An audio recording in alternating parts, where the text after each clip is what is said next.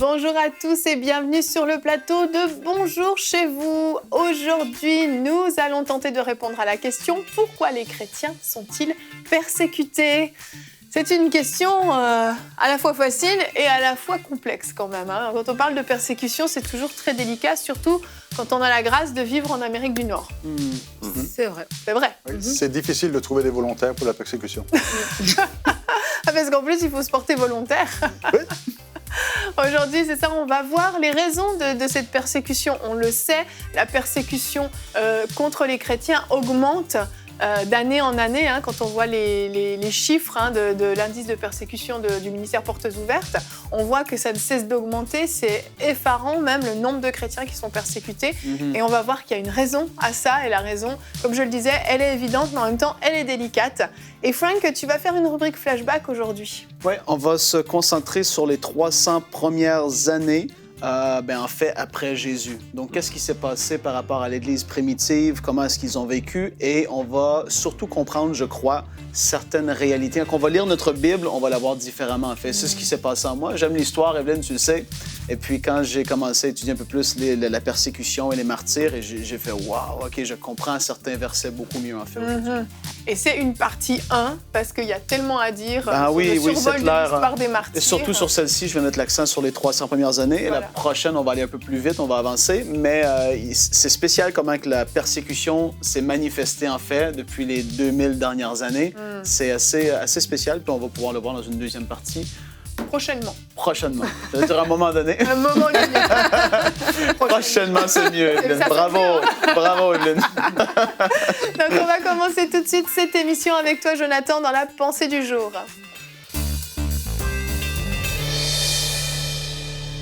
Le titre de la pensée aujourd'hui, c'est « Heureux serez-vous lorsqu'on vous persécutera ».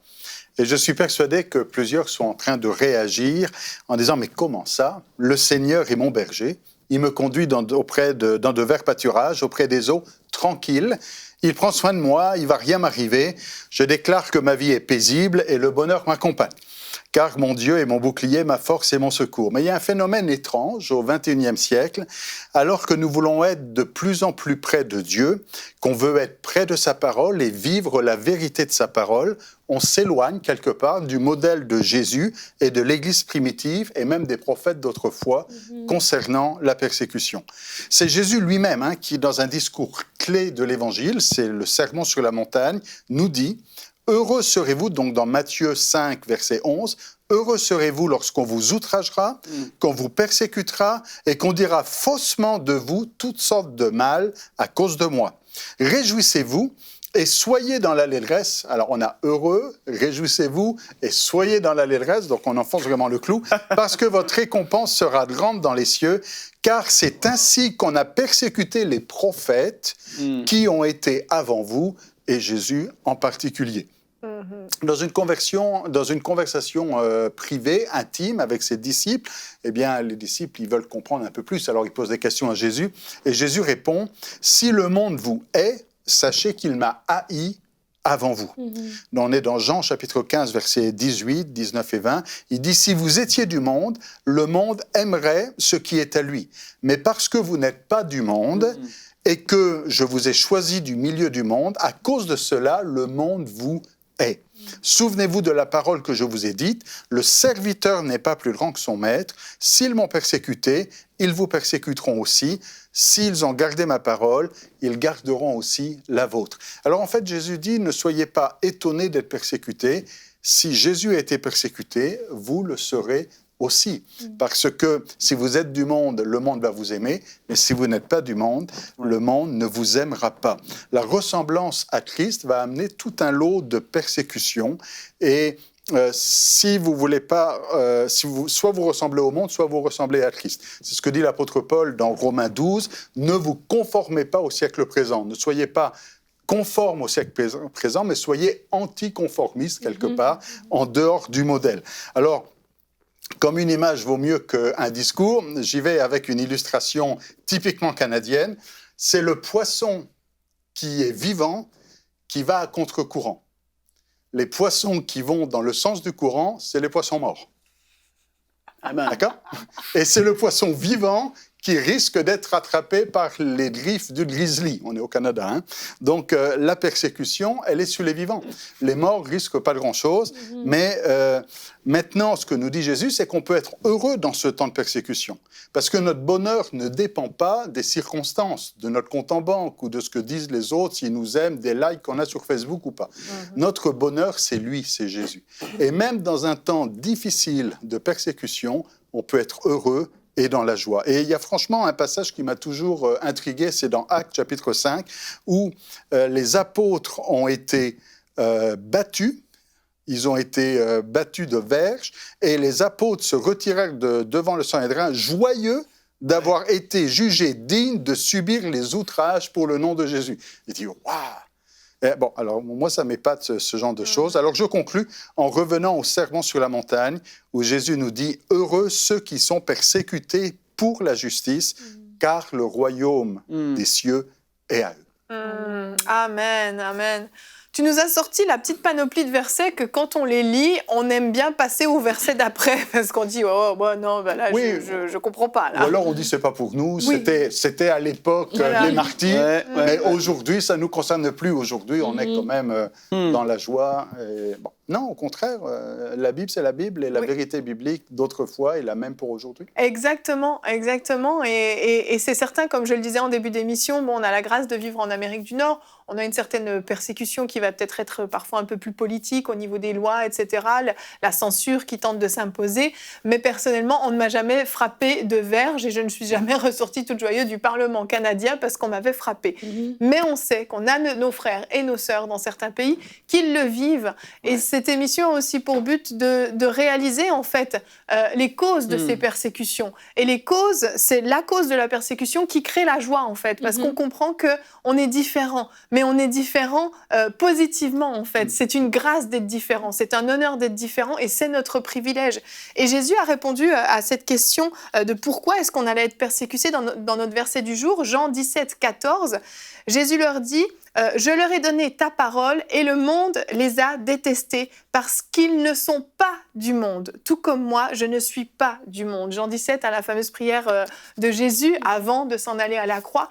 Et Jésus explique à ce moment-là, dans ce verset-là, que c'est parce qu'on n'est pas du monde, c'est parce qu'on est différent et qu'on a reçu cette parole en nous. Cette parole nous a transformés, nous a rendus différents, a fait de nous des lumières.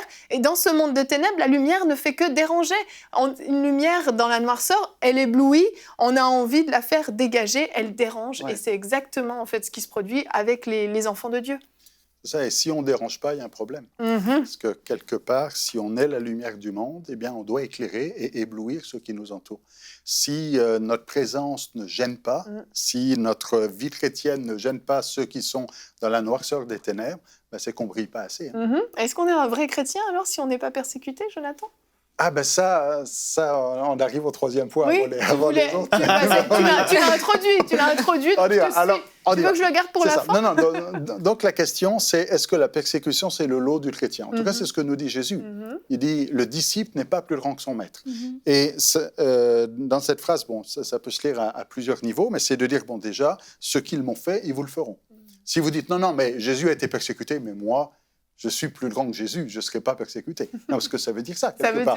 Le disciple n'est pas plus grand que son maître. Si on dit, mais Jésus a été persécuté, mais moi je ne le serai pas parce que ma vie est supérieure ou Dieu me protège, mais Jésus n'était pas protégé par Dieu. Bon, on va dire, oui, mais il avait un plan et tout. Mais Jésus nous dit, le disciple n'est pas plus grand que son maître, ce qu'ils m'ont fait, ils vous le feront. Oui. Pourquoi ? Parce que Jésus est en nous, et c'est justement Jésus qui dérange. Vous avez noté que quand on parle de Dieu, on n'est pas trop persécuté. Quand on parle de Jésus, la persécution devient plus sérieuse. Vous êtes dans un pays musulman et vous parlez de Dieu, tout le monde est d'accord avec vous. Vous parlez de Jésus, là, ça devient difficile. Parce que c'est Christ, c'est Jésus qui dérange. Et plus on sera à la ressemblance de Christ, et plus on va déranger le monde, et plus on va être persécuté. Donc, c'est pour ça qu'on lance un petit peu ce pavé dans la mare. Est-ce que si on n'est pas persécuté, c'est qu'on est un mauvais chrétien ? Évidemment, d'un contexte à l'autre, ce n'est pas la même persécution, mais même dans un pays de liberté, comme en Amérique du Nord ou en Europe, En France, ouais. même si la persécution, ce n'est pas la prison ou les coups de fouet ou les choses comme ça, néanmoins, si au travail, on vous considère, on ne vous regarde pas de travers parce que vous êtes chrétien et que vous êtes et que, comment dire, qu'il n'y a pas ce malaise en disant il est différent, il est trop... Cette distinction. Voilà. Mhm. Ben, c'est que si on est comme les autres, on est conforme au monde. Ouais. Mais on doit être différent. Et cette différence va amener une réaction qui peut, dans certains cas, amener quelque chose de positif, et on le souhaite. Et dans le cadre de la persécution, Jésus parle juste après du sel de la terre. Et donc d'être ce sel qui amène une saveur. Et cette saveur peut amener évidemment les gens à se tourner vers Christ, ou alors avoir une réaction contraire, j'en veux pas, et repousser, et voire persécuter. Exactement. Je lisais un article sur le site Info Chrétienne qui racontait l'histoire d'un Nord-Coréen qui a été malheureusement assassiné, mais il a eu l'occasion vraiment de prêcher l'Évangile. Et en fait, ils expliquaient dans cet article que, bien entendu, les Bibles sont interdites en Corée du Nord. Déjà là, je me suis dit, tiens, on interdit la Bible. Un livre, ça n'a rien de dangereux en tant que tel. C'est qu'on sait la vérité qui est contenue. Et en plus, cet article expliquait qu'on enseigne à l'école aux enfants en Corée du Nord que les missionnaires, en fait, il faut s'en méfier parce que s'ils arrivent à nous faire venir chez eux, ils vont nous faire du bien, nous faire des cadeaux et finalement, ils nous attirent chez eux, ils nous tuent et ils mangent notre foi. Et on enseigne ça aux enfants de Corée du Nord à l'école. C'est quelque chose qu'on enseigne. C'est vrai qu'il y a une question de foi, mais c'est pas la même chose. C'est une question de foi, c'est ça, il y a un petit jeu de mots. Hein. Mais en fait, je lisais cet article et je réalisais que s'ils font tout ça, c'est parce qu'ils savent justement que c'est la vérité et ils veulent absolument que les gens restent dans l'ignorance. Et c'est ce que le diable veut, en fait, c'est garder les gens dans l'ignorance. Donc par la peur de la persécution, eh bien, on se dit, les gens vont avoir tellement peur d'être persécutés, on les garde dans l'ignorance. Et c'est la raison pour laquelle, justement, on vit ces persécutions. Mais il y a cette parole que Jésus dit, justement, dans Jean 14, qui dit de ne pas craindre. En fait, il dit, ne croyez en moi et croyez en Dieu. Et je crois que, vraiment, cette émission aussi est un message d'encouragement pour les chrétiens qui sont dans des zones vraiment extrêmes comme en Corée ou dans des pays hostiles à l'Évangile, mais pour aussi nous, chrétiens qui sont dans des endroits plus confortables. Et c'est tout aussi dangereux encore aussi de s'éloigner justement de ce que Christ attend de nous en se conformant, pour éviter justement ce malaise ou cette persécution en faisant d'autres choses. Mais si on se confie en Dieu et si on se dit, si Christ, lui qui est notre modèle par excellence, a oui, souffert, mais il a triomphé à la fin. Ça ne s'est pas arrêté à la souffrance. Il a triomphé, il a été glorifié, il a été victorieux. Donc, nous aussi, nous serons victorieux. Et plus précisément encore, les frères et les sœurs qui sont dans ces zones hostiles seront victorieux, soit dans ce monde ou dans le monde à venir, tout simplement. Et ça doit être cette espérance, en fait, qui doit nous porter pendant ce moment de persécution et qui doit aussi inspirer ceux qui ne sont pas dans des zones hostiles à eux aussi porter haut et fort et avec fierté l'étendard de la croix et accepter cette persécution. Amen. Parce que... Je me souviens de quelques paroles. Alors là, je fais référence à mon âge avancé. À l'époque du rideau de fer du bloc communiste, donc la Bible était interdite et puis les chrétiens étaient persécutés. Et les chrétiens devaient se cacher. Et quand il y a eu la chute du rideau de fer, la chute du mur de Berlin, eh bien, les églises pouvaient maintenant être publiques, ouvertes. Et il y a des Russes qui finalement se sont dit, mais ça a été la pire chose pour l'Église. Que l'Église, quand elle était persécutée, elle était forte, elle était solide, elle était vibrante. Et que quelque part, cette liberté-là, eh bien, devient plus un danger. Et il y a des chrétiens dans des pays persécutés qui prient pour les pays de liberté, parce qu'ils disent que c'est plus difficile pour eux de vivre leur foi que pour nous dans un pays persécuté.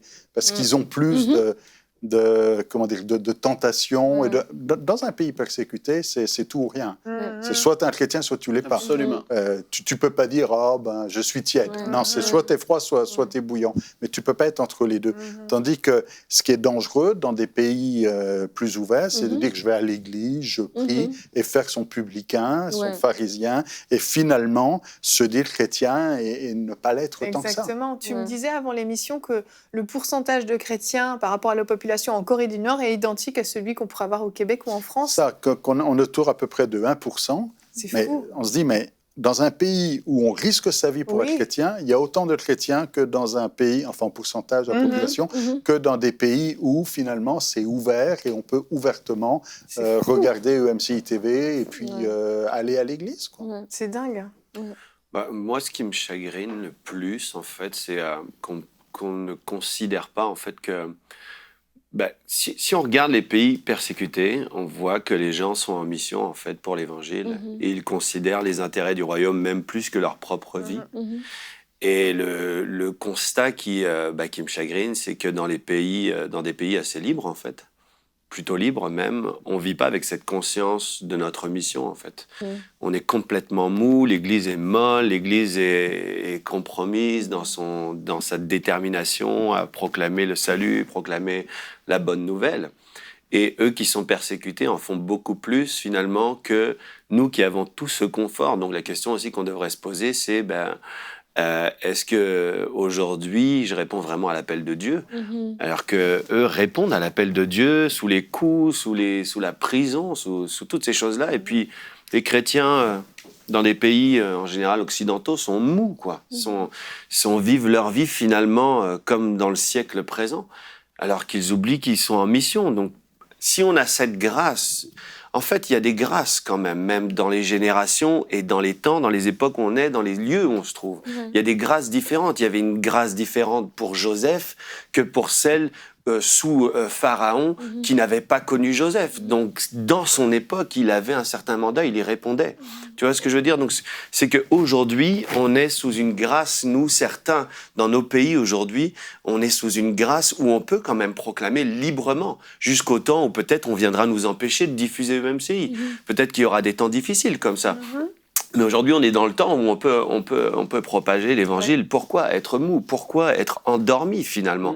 Alors que dehors, il n'y a personne qui nous attend ou qui nous cherche même à l'église. Il y a des gens qui ne vont même pas à l'église, qui restent chez eux. J'hésite, j'ai ceci et cela. L'assemblée locale, eux, ils donnent leur vie pour pouvoir se réunir dans un sous-sol. Come on, Vraiment, il faut se réveiller là. Amen, vraiment, vraiment. Jonathan, juste pour terminer, oui, vas-y. Peut-être un dernier témoignage. J'ai entendu il n'y a pas longtemps le témoignage d'une jeune fille. Son nom d'emprunt, ce n'est pas son vrai nom, c'est Rachel Love. Vous pourrez la trouver sur Facebook. Elle est missionnaire dans un pays musulman très strict. Et elle a été enfermée, battue, jusqu'à ce qu'elle abdique sa foi, et elle n'a jamais abdiqué. Mais elle disait que la nuit, elle passait son temps avec Jésus. Et que Jésus était là. Et Jésus nous dit, allez par tout le monde prêcher la bonne nouvelle, mais il finit en disant, je suis avec vous tous les jours. Des fois, il y en a qui peuvent avoir peur de la persécution en disant, mais moi, je ne sais pas comment je vivrai. Mais t'inquiète pas. Comme dit Gwen, s'il y a un moment de persécution, il y a la grâce qui va avec, et le Seigneur sera là pour nous donner la force de passer au travers. Amen, amen. C'est encourageant de finir sur une note qui fait du bien. Et maintenant, c'est pas fini. Hein. Non, ça ne fait que commencer pour toi, Frank. En tout cas, bois une grande gorgée d'eau, t'as raison, parce que tu t'apprêtes à faire un marathon. Nous réunir 300 ans de la vie de l'Église en 20 minutes. C'est parti pour la rubrique Flashback. 1, 2, 3, partez. C'est parti. 2 Timothée 3, versets 10 à 12. Non, je vais commencer par un verset biblique juste pour pouvoir mettre les gens dedans parce que, comme je dis, ils vont comprendre peut-être la parole différemment à la fin de la rubrique. Donc, la parole dit, c'est Paul qui écrit à Timothée, « Pour toi, tu as suivi de près mon enseignement, ma conduite, mes résolutions, ma foi, ma douceur, mon amour, ma charité, ma constance, mes persécutions, mes souffrances. À quelle souffrance n'ai-je pas été exposé à Antioche, à Icône, à Lystre? Quelle persécution n'ai-je pas supporté? Le Seigneur m'a délivré de toutes. Or, tous ceux qui veulent vivre pieusement en Jésus-Christ seront persécutés. » Et là, il écrivait ça à Timothée. Et qu'est-ce qu'on peut savoir? C'est que ça a été écrit pas mal en l'an 67 de Timothée, juste avant que l'apôtre Paul lui-même meure justement, dû à sa foi. Donc là, qu'on regarde et on recule dans le passé, parce qu'il y a des gens, il y a des affaires que je vais peut-être raconter ce matin, que vous avez entendu, certaines brides par-ci par-là, c'est sûr, mais il y a des gens de travers le monde qui nous suivent, qui ne savent absolument rien sur l'histoire de l'Église. Et donc, je veux commencer vraiment, comme j'ai dit, en l'an 54, où l'empereur Néron est venu au pouvoir à Rome. Et là, c'est important de le comprendre. Et il a été un des pires, pas le pire forcément, mais un des pires persécuteurs de l'Église en l'an 54. Avant ça, Jésus, on se rappelle, par rapport à notre calendrier un peu, si on veut, est allé sur la croix, l'an 33 peut-être, tout ça. Et puis après ça, il n'y a eu pas de persécution pendant 10-20 ans de l'Église. Elle a pu grandir, croître. Mais là, l'empereur Néron vient au pouvoir.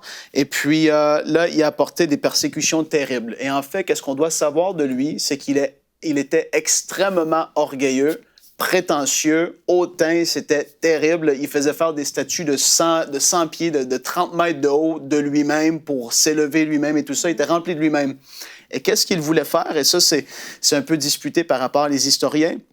Mais il voulait pouvoir construire, en fait, démolir près de 2/3 de Rome pour pouvoir se construire des palais et des jardins à travers Rome pour lui-même. Et donc, le Sénat a appris ça. Et là, comme je dis, on parle de l'histoire, hein, c'est important de le comprendre. Le Sénat de Rome a appris ça. Ils ont dit, pas question, qui es-tu, pour qui tu te prends? T'es rendu un fou, quoi. Ça se peut pas faire ça. Et puis, comme je dis, qu'est-ce qui est un peu disputé, c'est que peu de temps après cette réunion, il y a eu des feux qui ont ravagé Rome et qui ont détruit à peu près 2/3 de Rome. Oui. Des feux qui ont ravagé tout l'Empire romain. Et puis là, les choses ont commencé à se dire, c'est Néron qui a fait partir les feux parce qu'il voulait détruire par lui-même. Il n'y a pas eu le hockey du Sénat. Il va détruire par lui-même la ville de Rome. Donc là, lui faisait face à toutes sortes d'accusations. Et il s'est dit, non, je vais renverser ça vis-à-vis des chrétiens. Exact. Il a dit, c'est les chrétiens qui ont fait ça, c'est eux que nous devons tuer, c'est eux que...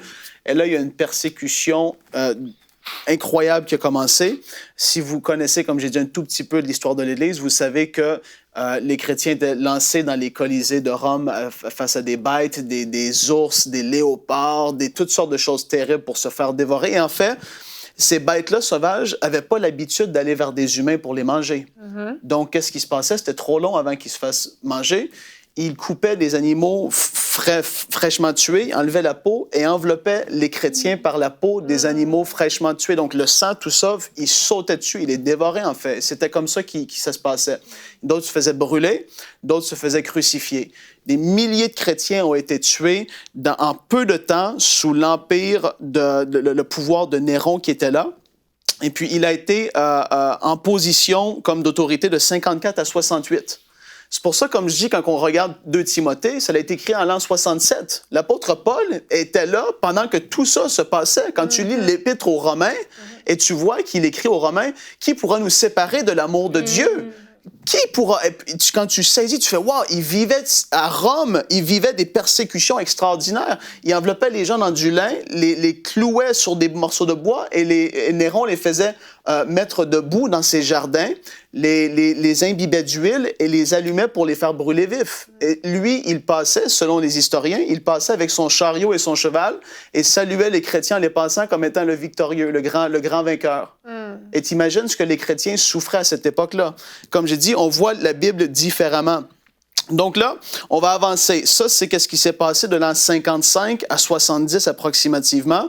Lui, il est décédé, la persécution a ralenti. Et c'est pour ça, au tout début de la pensée, on parlait de Jonathan, on disait que si on n'est pas persécuté, est-ce qu'on est des vrais chrétiens? La persécution est venue par vagues dans l'histoire de l'Église. En fait, quand tu étudies les 2000 dernières années, il y a eu des moments de paix, des moments de persécution extrême, d'autres où c'était... Et ça variait d'un pays à l'autre, en fait. Et là, on avance en l'an 107. Et évidemment, ça fait tellement longtemps que peu d'histoires de martyrs qui ont été vraiment notées. Il y en a eu beaucoup qui ont été tués, mais peu d'histoires vraiment concrètes qu'on peut aller rechercher.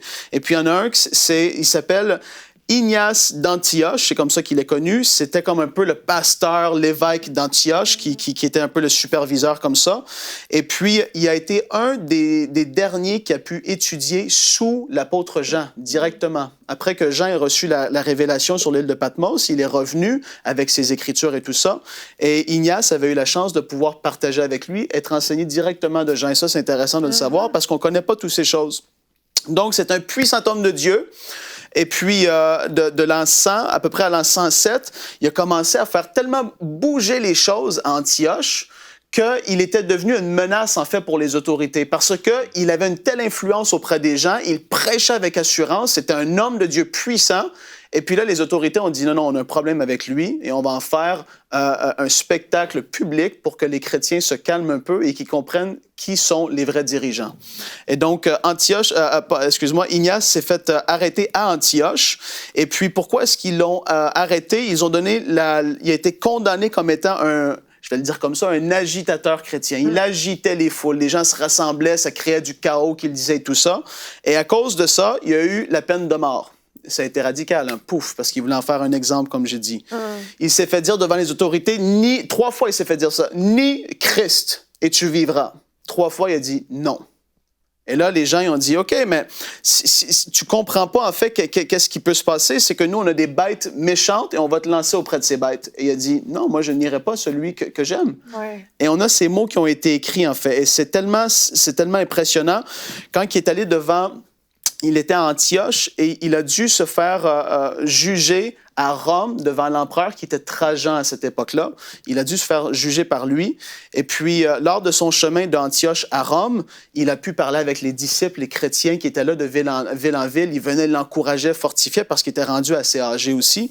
Il le fortifiait. Tiens bon, tu vas t'en sortir, Ignace.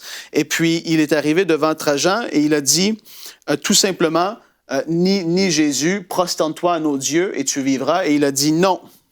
Tous les plaisirs de ce monde et toutes les nations de cette terre ne me valent rien. C'est mieux pour moi de mourir pour Jésus-Christ que de régner sur toute la terre. Car quoi sert-il à un homme de gagner tout le monde s'il perd son âme? Et on connaît très bien ce passage. Hein? C'est lui que je cherche, qui est mort pour nous.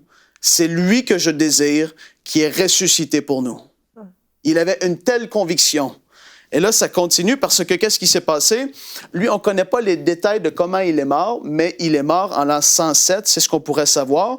Et puis, malgré la persécution, comme on disait dans la discussion de la pensée du jour, malgré la persécution, la chrétienté augmentait. Et ça énervait les gouverneurs et les empereurs qui étaient là. Ils se disaient, mais pourquoi est-ce qu'ils n'arrêtent pas? Et donc, il y a eu une agitation dans les provinces de Rome. Et en l'an 112, on avance de 107 à 112, il y a eu une demande qui a été faite d'un des gouverneurs d'une province de Rome à l'empereur directement. Il a dit, là, voici, dans notre province, il y a de l'agitation par rapport à ces chrétiens qui sont dans une secte, parce que c'était très sectaire. Il a dit, qu'est-ce que tu nous permets de faire vis-à-vis des chrétiens dans notre province? Et là, l'empereur a dit, il a donné 4 points. Il a dit, ne recherche pas avec zèle les chrétiens. C'est-à-dire, va pas dans les villes, dans les rues, commencer à les tirer. Il dit, fais pas ça parce que tu vas créer toutes sortes de chaos. Ne recherche pas avec zèle les chrétiens. Par contre, si quelqu'un accuse un chrétien d'être chrétien et que l'accusé l'affirme, ce chrétien doit être mis à mort. Automatique. Direct. Il a dit, si l'accusé nie d'être chrétien se prosterne et adore nos dieux, alors il sera pardonné. Et ne reçoit aucune accusation faite dans l'anonymat. Lui qui accuse doit aller vers les gens et dit, j'accuse lui d'être chrétien, etc. Et donc là, ça a commencé vraiment à bouger. Les persécutions ont commencé à s'augmenter. Et on se dirait, pourquoi un tel décret, justement? Pourquoi si agressif? Oui. Parce que, qu'est-ce qu'on peut voir de l'histoire et qu'est-ce qui a été dit, noté dans les livres d'histoire même aussi, c'est que les Romains croyaient que leur Dieu, entre guillemets, enlevait la faveur auprès de Rome parce qu'il y avait des gens qui adoraient d'autres dieux. Okay. Ça, c'était une pensée qu'ils avaient. C'était considéré comme étant non patriotique parce que tu adorais pas justement César et tous les autres dieux qui étaient là. Et ils les appelaient les athées. Et pour eux, à l'époque, athées, ça voulait dire ceux qui sont sans les dieux. Et donc, c'était une menace pour leur société et leur culture en général. Toute l'emprise, en fait. C'est pour ça la Corée du Nord. C'est spirituel. Ils veulent pas que la Bible soit là. Ils veulent pas parce qu'ils veulent qu'il y ait une emprise qui soit là. Ils veulent... Et on le voit plus tard dans l'histoire de l'Église aussi. C'est extraordinaire. Et donc là, c'est pourquoi ça s'est passé. Et on avance en l'an 155. Il y avait Polycarpe. C'était un homme de Dieu aussi, un évêque, un pasteur de Smyrne, qui, lui, est mort en 155. Et lui aussi, il avait étudié sous Jean. Il était très jeune à l'époque, mais il a étudié aussi sous Jean. Il a été condamné à mort tout simplement parce qu'il commençait lui aussi à déranger et puis Rome a voulu commencer à augmenter la persécution. Donc lui et 12 autres hommes ont eu la peine de mort et ils se sont fait torturer à un tel point que les gens qui regardaient, qui étaient venus pour voir, pour se moquer d'eux, ça nous dit qu'à la fin dans les livres d'histoire, ils pleuraient. Tellement que c'était atroce ce qu'ils ont subi. Et là, je vais être un peu graphique, mais ça nous dit que dans les livres, et qu'est-ce qu'on peut voir des historiens, tu pouvais voir l'intérieur des corps, en fait, qui étaient répandus. Et les gens, ils trouvaient plus ça drôle. C'était plus on se moque des chrétiens. C'était de la persécution et une telle agressivité qu'il n'y avait jamais vu, en fait. Donc ça, c'est en 155. Il y avait eu un petit remous, si on veut, entre 107 et 155. La persécution avait un peu diminué. Et là, ça a commencé à augmenter. Et en 177, c'est une histoire qui est connue par les gens peut-être de la France aussi, qui s'est passée à l'époque, c'est aujourd'hui ce qu'on appelle Lyon, aujourd'hui, la ville de Lyon, dans les stades des Trois Gaules, qui est un monument historique qu'on peut visiter aujourd'hui à Lyon. Il y a eu la femme qui s'appelait Blandine de Gaulle. Elle était une servante handicapée physique. Et puis, elle a été... et les chrétiens, en fait, de plus en plus que ça avançait, les gens commençaient à savoir les doctrines, etc., et ils trouvaient d'autres raisons pour les accuser. Donc là, les raisons pourquoi elle a été arrêtée, ainsi que d'autres personnes, ils étaient 48, si ma mémoire est bonne, à cet été-là. Il allait y avoir des grandes fêtes, et dans le stade, justement, des Trois Gaules, il allait y avoir une fête pendant plus d'une semaine, je crois, et puis les 48 chrétiens arrêtés allaient se faire tuer par les bêtes, et puis s'ils ne se faisaient pas tuer par les bêtes, il allait les tuer avec l'épée. Donc là, pourquoi est-ce qu'il les arrêtait cette fois-ci? C'est parce qu'il avait dit que les chrétiens pratiquaient le cannibalisme. Ils mangent et boivent le sang de Jésus et mangent le corps de Christ.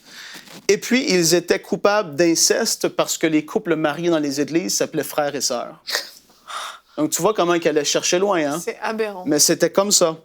Et puis, donc là, qu'est-ce qui s'est passé? C'est qu'elle, Blandine, avec les 48 autres chrétiens, ils ont passé d'une façon terrible aussi. Et puis, elle en particulier, pourquoi je parle de elle, c'est que les historiens ont noté que elle, comment qu'elle a souffert, c'était inimaginable, en fait. Toutes les autres étaient morts, il restait que elle. Elle était allée plusieurs fois dans les Colisées. Comment que ça se passait? C'est que les chrétiens y allaient, les bêtes sauvages étaient relâchées. Si tu ne mourais pas, parce que ça devenait trop lent un peu, ils voulaient de l'excitation, ils renvoyaient les gens ce qu'ils appelaient la porte de vie. Tu pouvais revivre encore pendant un certain temps, jusqu'à temps que tu reviennes. Génial. Et donc, elle avait fait plusieurs allers-retours, en fait. Et elle avait vu tous les autres mourir. Et là, il voulait la torturer, il voulait être méchant vis-à-vis d'elle. Et puis, qu'est-ce qui s'est passé? Ça, c'est que, comme j'ai dit, c'est dans l'histoire de la chrétienté. Elle, c'est une des pires qu'est-ce qu'elle a vécu. Les gens ne comprenaient même pas pourquoi elle ne mourait pas encore, puis comment qu'elle souffrait dans le silence. Mais elle était comme... les gens, c'est ça qu'on comprend pas. C'est comme tu as dit, les apôtres sont revenus, Jonathan, ils se réjouissaient d'avoir été battus et frappés de verges. Tu te dis, mais c'est surnaturel. Les gens ne comprenaient pas pourquoi est-ce qu'ils sont heureux d'aller vers les bêtes. Et je reviens à Ignace, il a dit, je connais lui que j'ai servi, je connais Jésus, je sais, il m'a jamais fait de mal. Pourquoi est-ce que moi je ferais du tort à lui? Pourquoi est-ce que je le blasphémerais? Pourquoi je le nierais? Et puis, en fait, elle, qu'est-ce qui s'est passé? C'est qu'ils l'ont fait asseoir sur un siège de fer qui était rouge. Il était brûlant. Ils l'ont fait asseoir sur ce siège de fer, relevé. Ils l'ont relâché face à les bêtes. Les bêtes l'ont pas mangé. Et elle s'est fait tuer par l'épée par la suite. Et ça s'est passé, comme j'ai dit, dans le Colisée des Trois Gaules, qui est encore existant. Même sur Internet, les gens peuvent le voir. Il rassemblait peut-être 2-3 000 personnes à l'époque qui pouvaient s'asseoir. Et puis, aujourd'hui, il y a un poteau qui est là dans le centre du petit stade, qui est historiquement encore là, qui représentait justement, qui était là en mémoire des chrétiens qui ont souffert dans le mois d'août de 177, les 48 chrétiens martyrs qui se sont fait, mais complètement ridiculisés. Et donc là, on avance à l'an 203. Et comme j'ai dit, Evelyne, pourquoi j'en parle aujourd'hui, c'est qu'on doit comprendre... Premièrement, que c'est une grâce pour nous dans les pays libres de ne pas vivre des choses comme ça, mais que ça ne veut pas dire que ça ne se passe pas ailleurs dans le monde. Oui. On en a parlé. Aujourd'hui, à l'heure actuelle, en 2019, il y a plus de 4300 personnes qui sont mortes, martyrs, dans le monde, de ce qu'on peut savoir actuellement. Et tu te dis, c'est énorme, en 2019, 4300 personnes. On parlait de 48 et c'était fait d'une façon terrible, mais aujourd'hui, il y en a plus de 4300, sans compter ceux... C'est pas fini, 2019. C'est la pire année. C'est une des pires, en tout cas, selon Portes Ouvertes. Et donc, là, on continue pour cette dernière histoire qui est très intéressante aussi. C'est l'histoire aussi qui est connue de Perpétue et de Félicité. Perpétue, c'était une femme qui était bourgeoise. Elle venait d'une famille prospère romaine. Et puis, elle s'est convertie au christianisme et elle avait une servante qui s'appelait Félicité. Et puis, Félicité a donné sa vie au Seigneur aussi au travers de Perpétue. Et ils sont devenus... Perpétue n'avait plus ce regard hautain. Elle la considérait comme son égale parce qu'elle lisait la parole, les lettres circulaient encore et tout ça. Et elle était transformée, elle avait vécu ça. Et son père a essayé de toutes ses forces de la raisonner. En fait, il disait, mais qu'est-ce que tu fais? Tu sais qu'est-ce qui t'attend?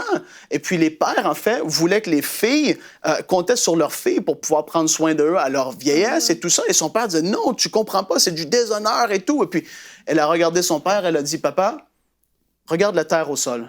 Ou elle a dit, regarde ce vase. Est-ce que tu peux l'appeler autre chose que ce que c'est? Et il a dit non. Il dit, ben moi, je suis une chrétienne. Tu peux pas m'appeler autre chose que ce que je suis. Et donc, elle savait, parce que là, la persécution commençait à augmenter, et c'était plus simplement parmi les chrétiens, c'était en fait surtout les chrétiens qui voulaient se faire baptiser. Et ça, c'est dans les livres d'histoire aussi, on le voit. Il y avait des gens qui confessaient la chrétienté, mais lorsqu'ils se faisaient baptiser, c'est comme tu dépassais le seuil. Là, tu étais faite, tu te faisais tuer. Et donc, elle et Félicité voulaient à tout prix se faire baptiser. Perpétue avait un petit garçon, tout petit, peut-être quelques mois. Je ne sais pas s'il y avait 1 an ou peut-être 2 maximum. Je crois qu'il n'y avait même pas 1 an, de ce qu'on peut savoir. Et puis Félicité, sa servante, était enceinte. Et là, je vais avancer parce que le temps va me manquer. Ils vont en prison, se font condamner par les autorités. Perpétue, elle est décidée de mourir pour le Seigneur parce qu'elle ne veut pas nier Christ. Elle s'est fait arrêter. Elle n'est pas allée voir les autorités. Je suis chrétienne, hein? On s'entend bien. Ils se sont fait avoir, ils se sont fait prendre. Ils devaient nier le Seigneur ou mourir. Et puis, elles ont dit non tous les deux. Et puis, c'était extraordinaire parce que Félicité était enceinte de 8 mois. Et elle devait passer dans le Colisée pour se faire dévorer par les bêtes avec Perpétue et les autres chrétiens qui s'étaient fait prendre. Et puis, la loi romaine disait que si une femme est enceinte, elle ne peut pas se faire tuer comme ça, donc elle doit attendre l'accouchement. Elle ne voulait absolument pas attendre d'accoucher 1 autre mois et de passer dans l'arène avec des pécheurs, des incroyants. Donc, elle a dit, moi, si je dois mourir, je veux le faire avec mes frères et mes sœurs. Ils se sont agenouillés dans la prison. Et ça, c'est historiquement noté, c'est le fait. Ils se sont mis à prier, Seigneur, permets qu'elle accouche rapidement, parce que dans 3 jours, on passe. Permets qu'elle accouche. Et dans les minutes qui ont suivi, dans l'heure, elle a commencé à accoucher. Elle a accouché dans la prison. Elle était remplie de joie parce qu'elle pouvait aller faire face aux bêtes avec ses frères et ses sœurs chrétiens. Le bébé a été donné justement à des gens qui allaient en prendre soin. Ça, tu avais le droit de faire ça. Et puis, Perpétue et Félicité sont allés dans l'arène, mais il y avait une loi particulière et les Romains voulaient ridiculiser ces femmes encore plus. Ils avaient dit, parce que vous êtes des femmes, vous n'allez pas mourir par des ours ou des tigres ou peu importe c'est quoi. Nous, parce que vous êtes des femmes, on va vous faire tuer par une vache qui est folle, pour ridiculiser au maximum. Et donc, ils se sont fait sortir dans l'arène. La vache est venue, donner des coups. Ce qu'on peut lire encore là, c'est qu'ils ont vraiment mangé des coups et tout ça. Ils sont retournés à la porte de vie. Ils sont ressortis par la suite. Les bêtes n'ont pas réussi à les tuer. Mais pendant que la vache allait auprès d'eux, Perpétue, elle a regardé les chrétiens qui étaient dans les estrades et les gens qui regardaient autour. Elle a dit, ne vous laissez pas décourager. Je vais même le lire ici, je l'ai noté. Elle a dit, nous devons tous tenir ferme dans notre foi et dans l'amour que nous avons les uns pour les autres. Ne vous laissez pas être affaiblis par ce que nous vivons. T'imagines les paroles, hein? Et là, qu'est-ce qui s'est passé? C'est que par la suite, ils n'ont pas été tués par les bêtes sauvages, ils ont été tués par l'épée. Et puis, Perpétue, ce qui est dit, c'est que le premier coup d'épée ne l'a pas tuée. Elle a fallu qu'elle prenne la main du bourreau pour lui montrer sa gorge, comme quoi que tu m'as manqué, vas-y, achève-moi. Paf, elle est partie comme ça. Et ça, c'est l'histoire des 200 à 300 premières années. De l'an 200 à 300, la persécution a atteint un nouveau maximum. Ça, c'était en l'an 202, 203. Mais de 200 à 300, les Romains se sont décidés, on extermine les chrétiens.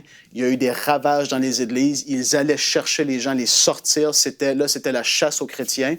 Mais ce qui est tellement glorieux, c'est qu'on peut voir que de l'an 200 à 300, selon ce qui est dit, la chrétienté aurait multiplié fois 10 malgré la plus forte persécution. Il n'y a jamais eu une aussi forte croissance. C'est surnaturel. Seigneur, on veut te remercier pour cette grâce qu'on a de pouvoir faire partie d'un monde qui est dans la paix. Et je prie, comme on l'a dit, qu'on puisse être des gens en feu zélés pour toi. On te remercie pour cette grâce et ce privilège qu'on a. C'est tellement une grâce. Je prie pour mes frères et mes sœurs qui sont persécutés, que ce soit en Afrique du Nord, que ce soit dans des endroits où on ne peut même pas imaginer. On prie pour eux qu'ils soient fortifiés. Seigneur, parce que ce qui les attend, c'est une glorieuse et merveilleuse espérance. Comme les apôtres le disaient, on a souffert pendant un temps, mais une espérance tellement plus glorieuse pour nous parce que nous avons cru en Christ, le oint de Dieu, celui qui est mort pour nos péchés. Et Seigneur, on veut te remercier pour ta bonté et ta fidélité. Au nom de Jésus, on te prie. Amen, amen. Amen. Amen. Amen. Merci Merci, Frank. Seigneur. Amen. C'est pas facile de clôturer cette émission, Non. mais je pense que c'est important. Peut-être certains se disent, mais pourquoi vous nous racontez tout ça? Vous êtes en train de nous faire pleurer chez nous. Et il y a une réalité. Ouais. Et cette réalité, on ne peut pas l'ignorer, on ne peut pas se voiler la face, il y a une réalité. Et on peut être confortablement chez nous ou être en train de vivre la persécution. La finalité est la même, c'est qu'on doit se battre pour notre foi. On doit se battre, on doit tenir le coup, on doit rester ferme.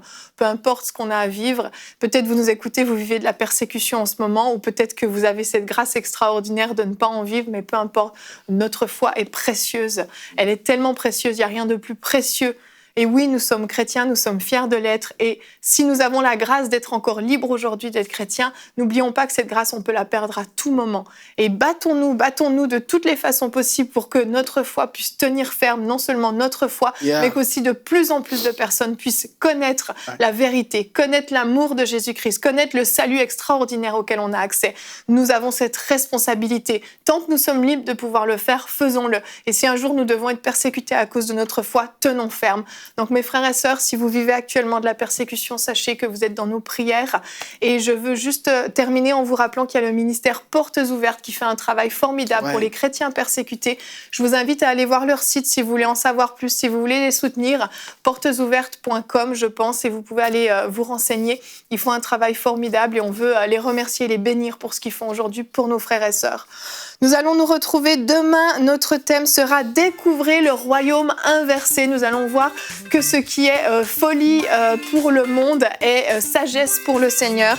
Et nous aurons la rubrique « Pasteur, j'ai une question » et « Culture et médias » avec des invités spéciales par Skype. Donc on va se retrouver demain. Merci à tous de nous avoir suivis et bonjour chez vous.